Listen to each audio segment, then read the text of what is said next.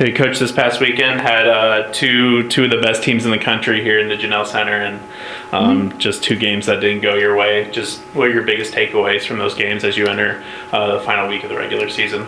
I was really proud of the way that we were fighting out there, and they are really good. I mean, they are proving game after game how good they are, and that they are a top contender in the country. And that's why I love the Lone Star, is because we're able to play against teams like that, and it only makes us better, right? If we learn from those situations and those games, and this is what I was explaining to our team after both of those games is, guys, it's not a loss if we're learning from it, right? And, we almost had to be perfect to win those games, and, we needed shots to fall at the right time, and I don't think that happened at times.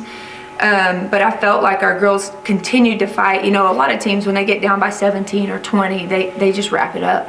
And our girls never stopped that. And so I was really proud of that. And I can go ahead and tell you there's never been one time in my career where we've gone into halftime and a team had already hit 8 threes on us.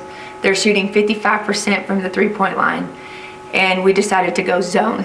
There's not one time that I've ever done that. Zones scare me half to death. And we do practice zones in our practices every day just in case that moment comes. And we win both of those quarters. And so, we learn from those situations. And I wouldn't recommend a zone against a hot shooting team ever. It just happened that it worked on Saturday. And it's something that, we're going to look to do next time. You basically answered my next question. You were down 18 at one point, 17 at halftime, and then you cut it to 3 with about 2 minutes left in the fourth quarter. So what allowed you to establish a groove and work your way back and give your team a chance? I guess what inspired you to switch to zone? Well, it took a lot. My assistants were like, Alesha, there's nothing, we don't have anything to lose at this point. And we felt like if we could take away the middle, right? Like if we could put Naya in the middle of the paint and at least take that away and throw something that they're not used to. Because again, these teams that all the coaches think the same. They're thinking, well, we won't ever face a zone because we shoot well. And I would think the same way. And so I felt like they hadn't gone against it much. And if you look up their stats, they haven't. There's one team that, even against Texas Women's, I was kicking myself for not at least throwing it, because the team that beat them was UT Tyler, and they ran the zone the whole time. And it's simply because they don't go against it very much. And, you just hope that they get out of sync, right? It disrupts what they're doing, what they're comfortable with. And I felt like our girls did enough. And, I've always said what makes a zone really good, or any kind of zone, is energy. And I felt like our girls came out and, they weren't running it exactly right. Like the rotations were a little bit messed up, but the fact that we were flying everywhere, like there was a ton of speed in it, tripped them up. It was something that they weren't used to, so. Looking ahead, on Thursday, you close the regular season against UT Permian Basin with playoff aspirations on the line. Walk me through the scenario here. So is it winning you're in? What are the stakes here? Say it again, sorry. Is it winning you're in this week? What's the scenario? Oh, yes. For this game? We need Lubbock Christian to beat Midwestern is the main thing that we need to happen. And of course, like this game on Thursday is huge. We need to win that too as well. But the main thing, we're in either way if Midwestern or Lubbock Christian beats Midwestern. But you don't ever want to go into a tournament after a loss, and that's the main thing that we're focused on this Thursday. And I've always been the coach where when you're talking to Raiders and the people who are going to be ranking your teams and stuff, I want a legitimate chance to win. Like, put us wherever that is. If we don't have a legitimate shot at winning the whole thing, then maybe we're not that team this year. And that's what I always tell our players too, is like, we don't enter into these tournaments to lose our first game and then leave. Like, that's not why we're here. We're here to win the whole dadgum thing. And we need to do whatever it takes now in order to be prepared for that. And winning the game on Thursday is a huge step towards that. I think our players obviously are needing that kind of confidence right now. And UTPB is a great team. I mean, that's all of these teams that we played have been amazing, and they've got everything it takes to beat us on our home court.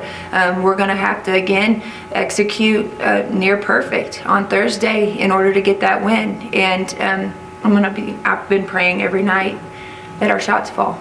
That's all I can do right now is pray. So the last time you faced UTPB was early on in the season, your first LSC game. What did you learn from that game a couple months ago, and how much has your team changed since then? And what do you think gives you the upper hand this time to close the season with a win? Against UTPB? Permian Basin, yeah. Yeah.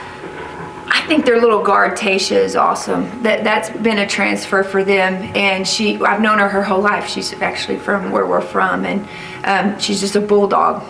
She's going to go out there. She knows half our team. She wanted to come here. I don't know if I should say that, but that's the case. And so she's going to be trying to come in and make a statement Thursday. And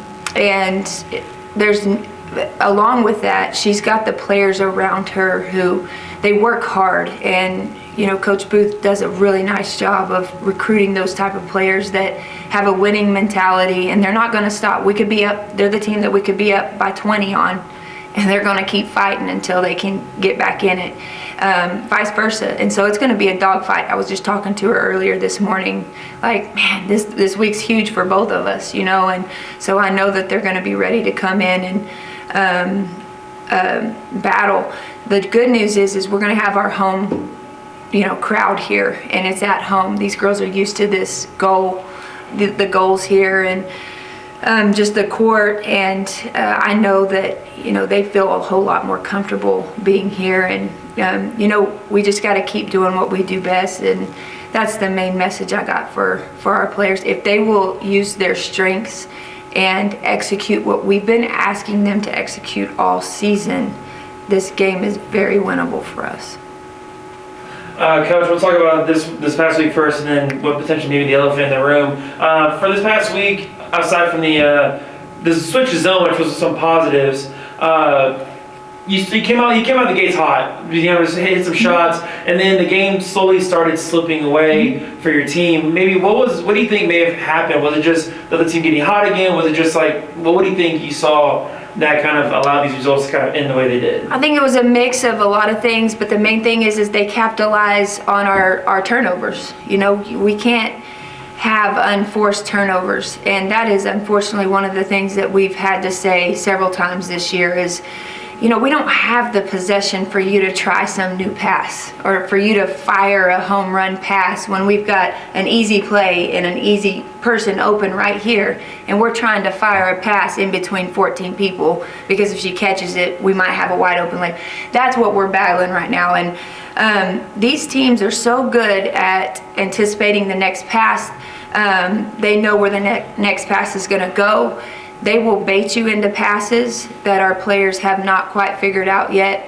They want you to throw it there because they know they can steal it. And so maybe their hands are down and it looks open to us, but it's not really open. And so doing the easy things, like we've got to make the easy play. This game is not near as hard as sometimes we make it. And that's one thing.